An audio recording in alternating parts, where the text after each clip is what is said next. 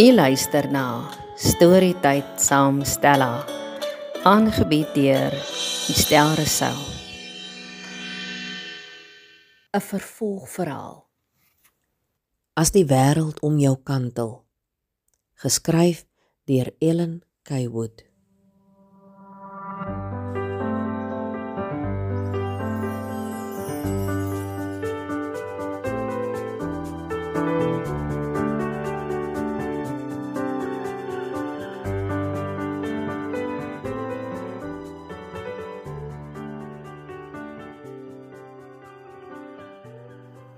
Wat het die hoof toe gesê van jou dansklasse? Vra Ilse, toe hulle eerste pouse sit en tee drink. Nee, wat? Ek het nie juis baie hoop nie. Sy sê definitief nie hierdie jaar nie. Sy sal dit aan die bestuursliggaam voorlê, maar sy voel daar is alreeds te veel buitemuurse aktiwiteite, sê Anke afgehaal. Ek kan dit aan die een kant verstaan. Daar's regtig baie buitemuurse aktiwiteite en die personeel beklei soos kat en hond om 'n oefentyd eers te kry. Veral in die tweede kwartaal gooi Leonie ook 'n stuiwer in die armbeurs. Maar ek verstaan nie hoekom dit 'n probleem is nie. Ek hoef mos nie in die saal te oefen waar die koor of die toneel of iets anders oefen nie. Neel Anke nog heftig. Dis nie die probleem nie, vriendin. Die probleem is dat dit altyd dieselfde kinders is wat aan al die aktiwiteite deelneem. Jy sal nog sien. Daar is 'n klomp wat heeltemal niks doen nie. 'n Klomp wat te ver bly en dan is daar die oorywerige gewillige donkies. Dit is die lot van 'n skool soos ons sinne. Die groot stadskole het baie kinders waarvan hulle kan kies en keer, verduidelik Ilse.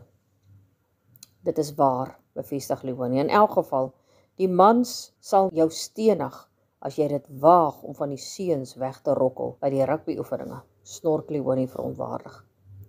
Ek hoor wat julle sê. Dis net, ek weet ek sal baie meer kan bied by dans as by netbal. Ek voel soos 'n vis op droë grond, bekla Anke haar lot. Sy sukkel om haar teleurstelling weg te steek, want dit lyk nie juis of haar vriende 'n simpatieke oor het nie. Gee dit 'n kans, Anke. Susan was 'n netbalspeler wat die vorige hoof hokkie toe geskuif het, omdat daar nie genoeg afrigters was nie. Vandag is sy uitstekende hokkieafrigter.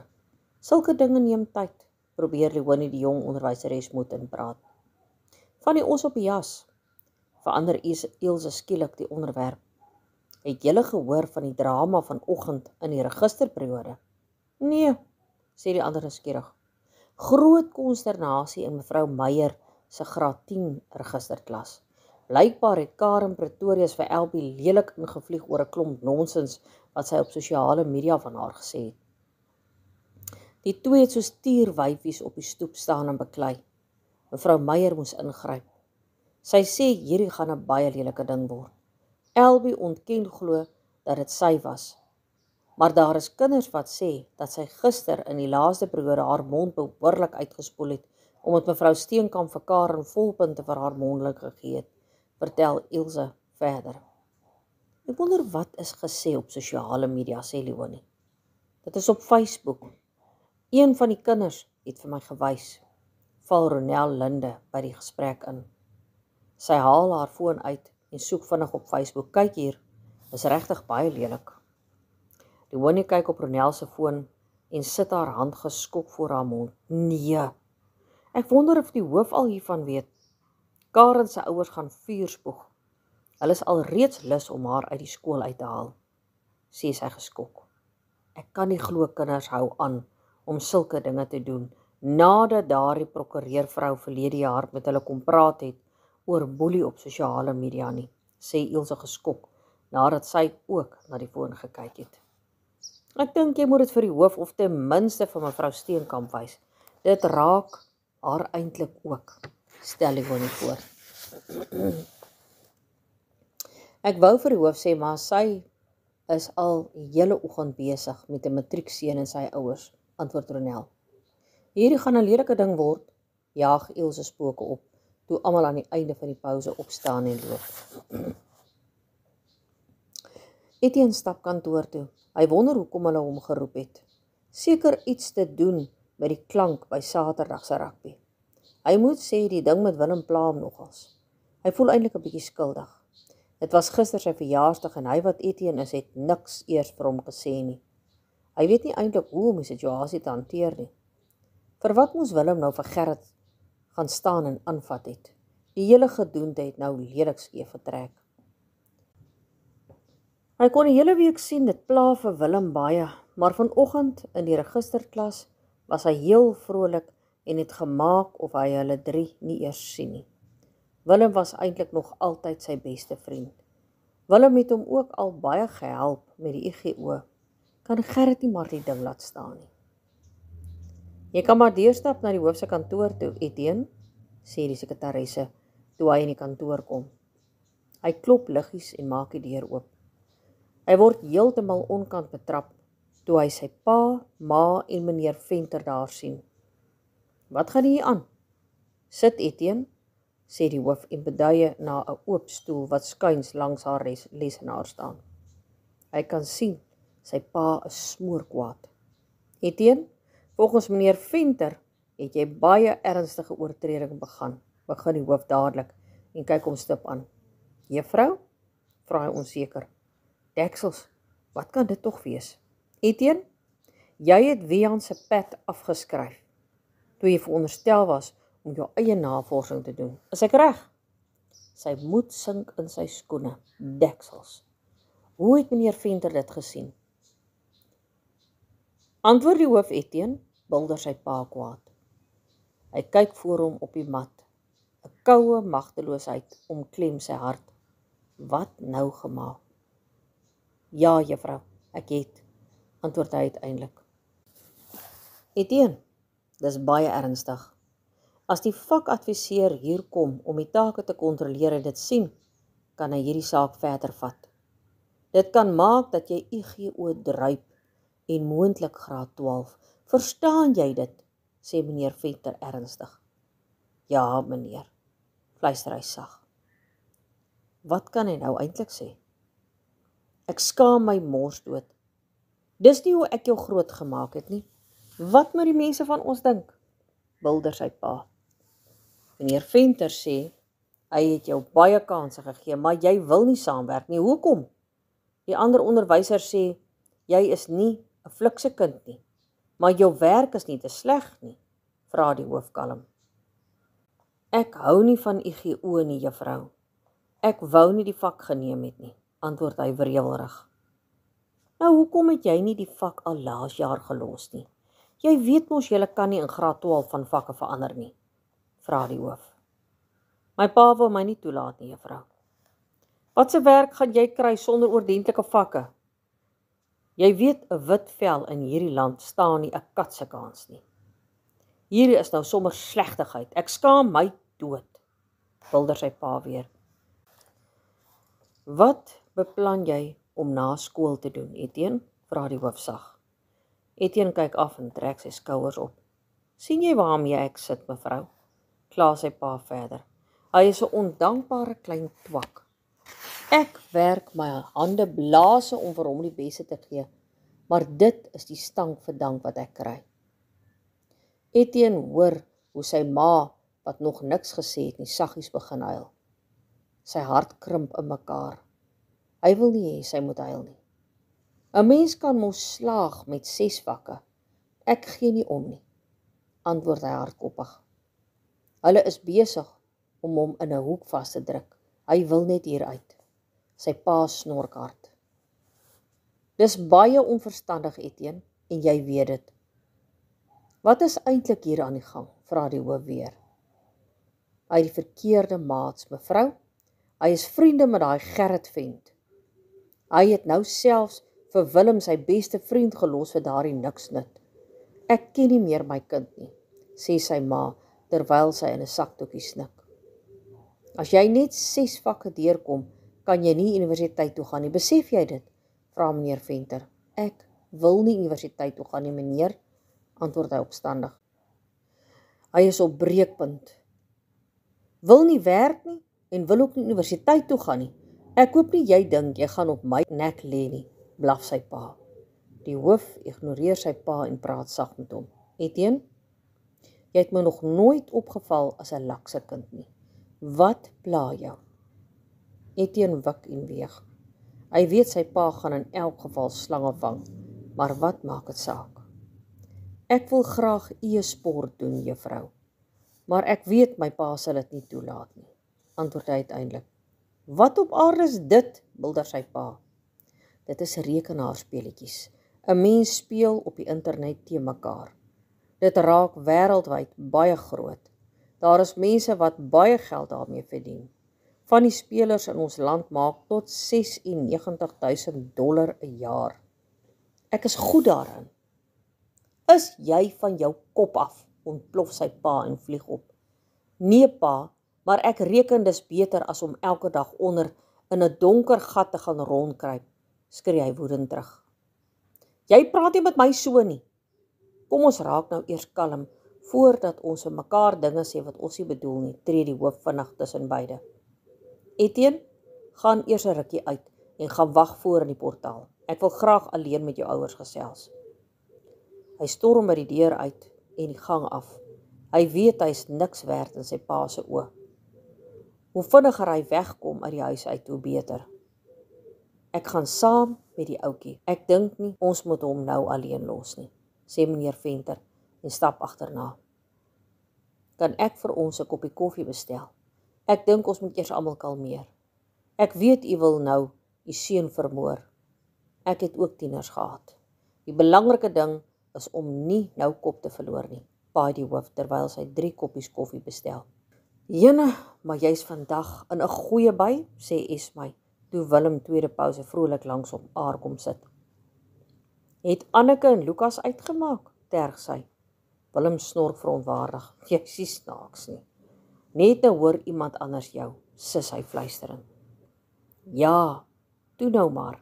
Jy weet ek grap net, kap sy terug. Wat lees jy in jou taalhandboek? Skryf ons 'n toets of iets? Vra hy onrustig, terwyl hy in sy tas grawe vir sy kosblik. Ek lees sommer die idiome deur. Vir wat? Is daar 'n toets? Vra hy krielrig. Nie dat hy in elk geval sou leer nie. Nee, ek hou nie daarvan. Dit brei my woordeskat uit. Ek gebruik dit as ons moet opstelle skryf. Willem skud sy kop in ongeloof. Jou skroewe is beslis nie almal vas nie. Niemand doen dit nie. Dis 'n baie kreatiewe uitdrukking wat jy nou net gebruik het. Die erkende een is om in die bol gepik te wees of van looitjie getik te wees, gaan sy doodluiters voort, asof sy nie eers sy sarkastiese opmerking gehoor het nie. Nee, kyk, ek het nou alles gehoor. Wil jy 'n stukkie sjokoladekoekie? Bied hy aan en hou die kosblik na haar toe uit. Hy weet dit help nie om verder met haar te stry nie. Sjoe, dit lyk heerlik. Bederf jou ouma jou elke dag met koek, grinnik sy, terwyl sy 'n stuk in die deksel van die kosblik sit. Nee, net met spesiale geleenthede, antwoord hy en vat 'n hap. Wat is die geleentheid? Hy huiwer eers. Hy wou nie eintlik gesê het, dis sy verjaarsdag nie.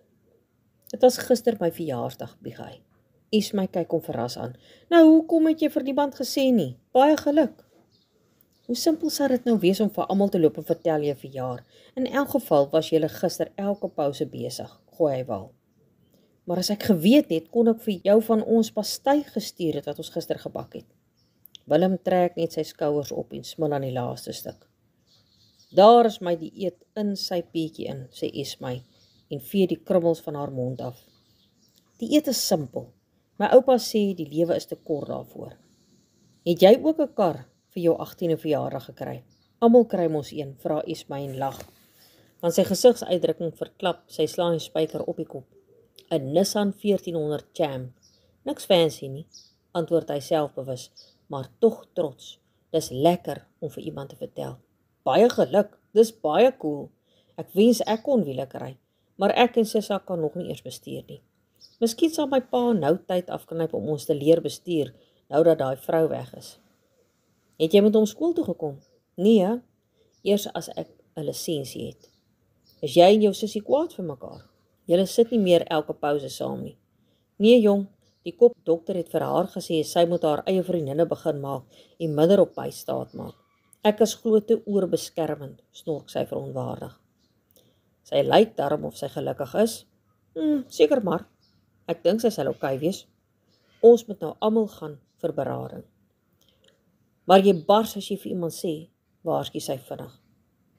As dit keer dat jy nie maller word as wat jy reeds is nie, is dit seker 'n goeie ding, kry Willem vir eens ook 'n hou in. Sies vir jou, antwoord sy gemaak verontwaardig, maar albei lag lekker. Ek wonder wat gaan aan met Etienne, sê sy. Hoeso? Hulle het hom kantoor toe geroep in ons Afrikaanse periode. Hy was ook nie die periode voor pouse in die Engelse klas nie. Ek weet nie, en ek gee ook nie om nie. Hulle moet vir hulle kry, antwoord Willem koud en staan starig op toe die klok vir die einde van pouse lui. Ons is nou in dieselfde bootjie, sonder ons beste vriende, sê sy stroef en wyf toe sy wegstap. Toe Willem in die meganiese klas kom, sit meneer Botha almal vinnig aan die werk en roep hom buitentoe. Willem, meneer Venter het pouse lank met my gesels. Dit gaan nie goed met Etienne nie, sê die onderwyser ernstig. Meneer, vra Willem half onwillig. Hy weet sommer, hy gaan nie van die gesprek hou nie. Ek weet nie presies wat tussen julle twee aangaan nie, maar hy gaan jou ondersteuning nou baie nodig hê, Willem.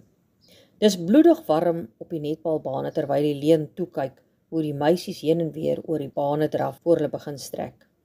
Dit voel of die hitte wat van die nuwe baanoppervlakte af op weerkaats haar asem wegslaan.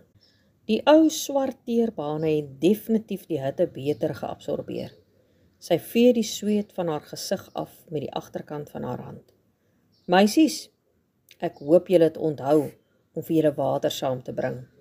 Ja, juffrou, antwoord hulle in 'n koor. Nou goed, kom ons begin eers mooi met ons strekke. Ek sal dit eers demonstreer, dan doen julle dit. Onthou, ek sê weer, soos jy oefen, so speel jy wedstryd. Ons gaan vir kort intervalle baie intens oefen. Probeer om alles voluit te doen, al is dit hoe swaar. Sy demonstreer elke strekoefening en kyk dat die meisies dit goed doen. Baie mooi meisies. Voordat ons begin met baloefeninge gaan ons eers fiksy doen. Dit gaan letterlik net vir 4 minute wees, maar ek gaan julle 'n bietjie druk. Is julle gereed? Skaars 2 minute later sleep meer as die helfte se tong op die grond. Sy hou nogtans meedoenloos vol vir 4 minute. Sy is verras om te sien die graad 7 dogtertjie wat vandag vir die eerste keer ingekom het, hou tot die einde toe vol. Die meisies hyg na hulle asems. Gaan drink gou water, beveel sy en grawe in haar sak. Juffrou, ons het vir juffrou ook water saamgebring, sê Lindy en druk 'n yskoue bottel water in haar hand. Baie dankie, meisies. Ek waardeer dit, bedank Helene haar en kyk verras hoe daar vir elke meisie 'n bottel yswater uit 2 koelhouers gehaal word. Hierdie mammas is duidelik goed georganiseer, dink sy. Skaars 5 minute in die eerste baloefening in, besef sy al haar noukeurige beplanning van die laaste 2 dae was pure verniet. Die meisies van die B-span gaan die ander terughou. Die gaping in vaardighede is net te groot. Sy stop die oefening en deel hulle in groepe van 3. Sy begin eers met passiewe balgooie. Die potensiële A-span vorder baie vinniger. Sy kry hulle op die een kant van die baan en wys so lank 'n meer gevorderde oefening. Deksels, hierdie gaan 'n geweldige uitdaging wees vir een afrigter. Sy gaan oë agter haar kop moet hê om 18 kinders dop te hou. 15 minute later is haar stem hees soos sy probeer het om oor die lengte en die breedte van die baan met almal te praat. Hulle vat 'n vinnige blaaskans. Juffrou moet meer dikwels water drink. 'n Mens raak geïrriteerd as jy dehydreer. Dis baie warm, sê Lindy moederlik. Haar blou-groen oë kyk Helene bekommerd aan. Helene bars spontaan uit van die lag. Sy wonder of die kind besef sy het sopas 'n onderwyser oor die vingers getik omdat sy ongeduldig raak. Sy voel hoe die spanning van die dag stadig uit haar lyf uitpad gee. Al is die afrigting uitdagend.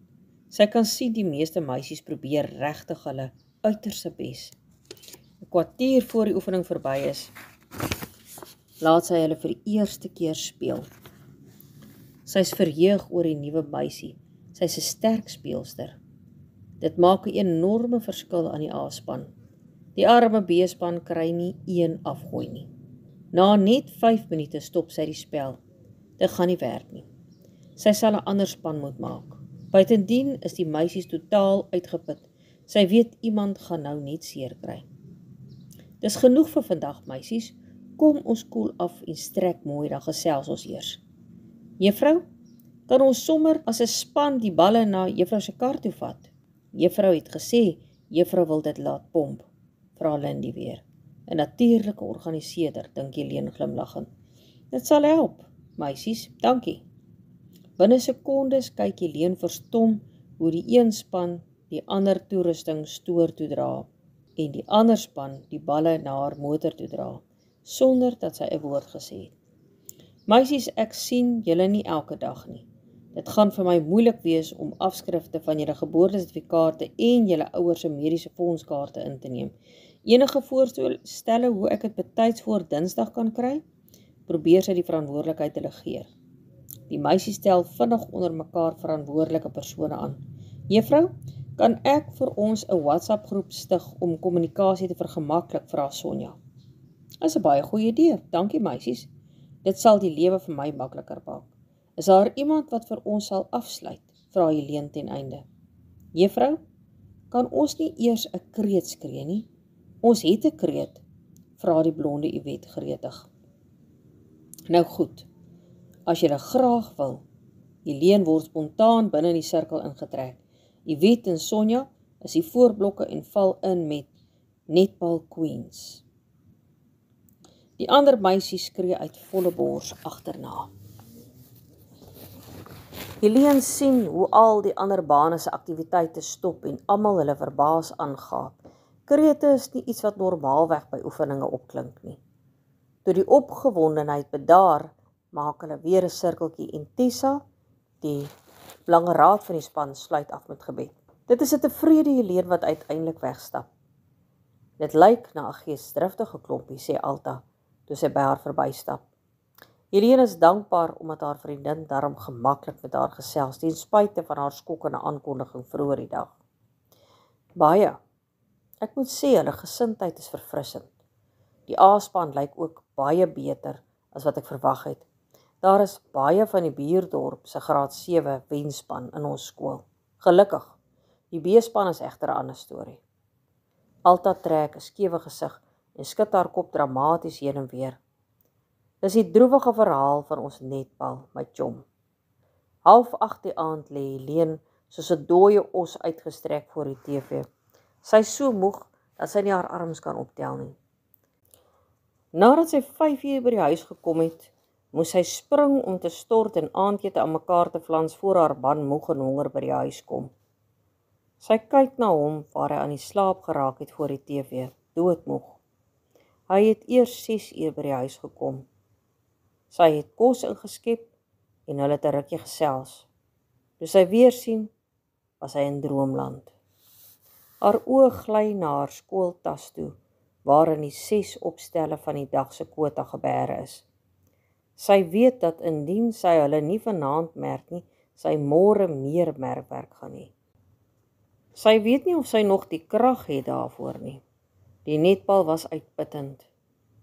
Dit was een van die redes hoekom sy nie nog wou afrig nie. Dit is altyd te gestoei om merkwerk en netbal in te pas. Sy kan miskien in môre se afperiode 3 merk. Dan is daar nie so baie ekstra nie. Probeer sy planne beraam om haar gewete te sis.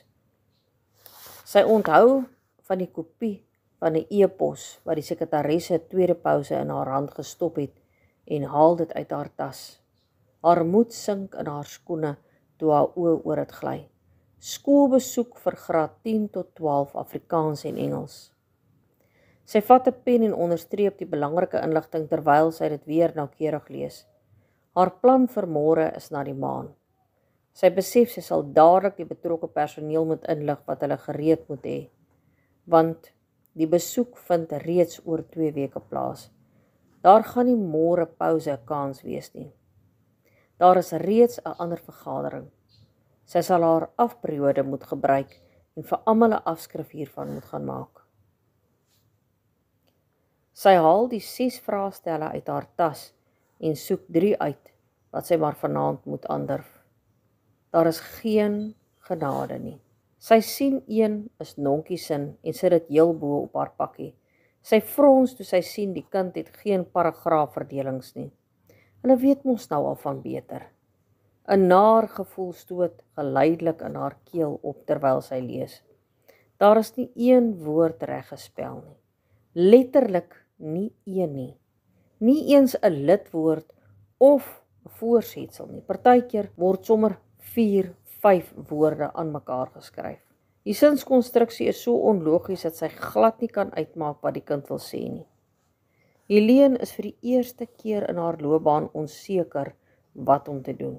Dit help nie eens sy onderstreep die foute nie, want alles is verkeerd. Dit is 'n bloedbad toe sy uiteindelik klaar is.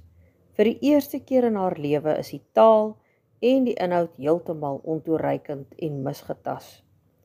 Sy kan nie vir die kind meer as 7 uit 50 gee nie. Die arme kind. Wat gaan eendag van haar word? Helene sluk swaar aan die knop in haar keel. Sy het geweet die kind is swak, maar nie besef hoe erg nie. Daar is niks wat sy vir haar kan doen nie. Sy vat die stapel merkwerk en pak dit terug in haar tas. Daar's nie 'n manier hoe sy nou verder gaan merk nie. Nie na hierdie opstel nie.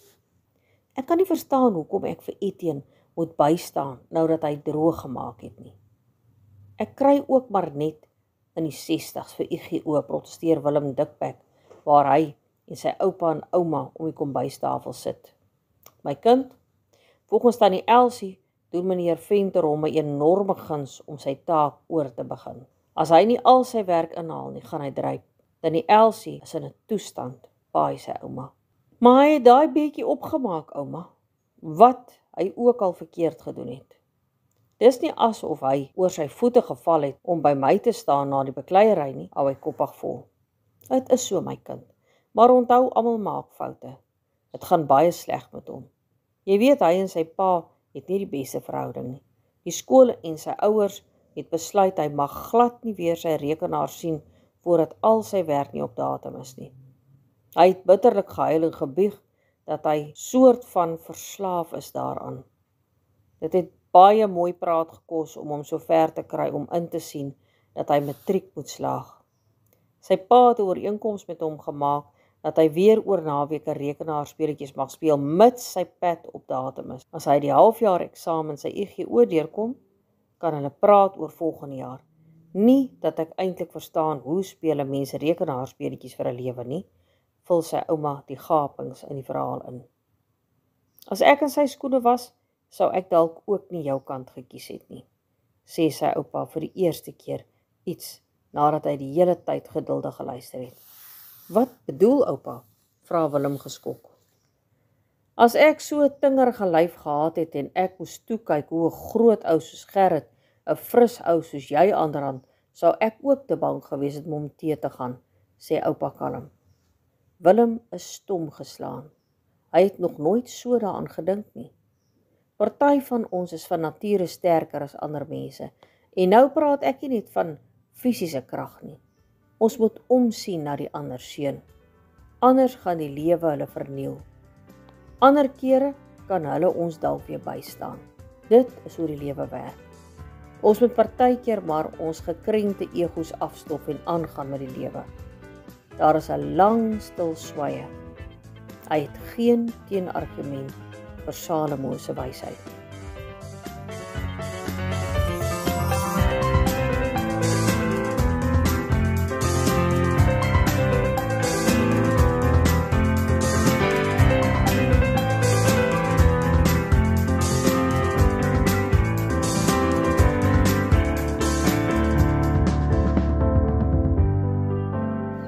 Skakel gerus môre weer in vir nog 'n episode.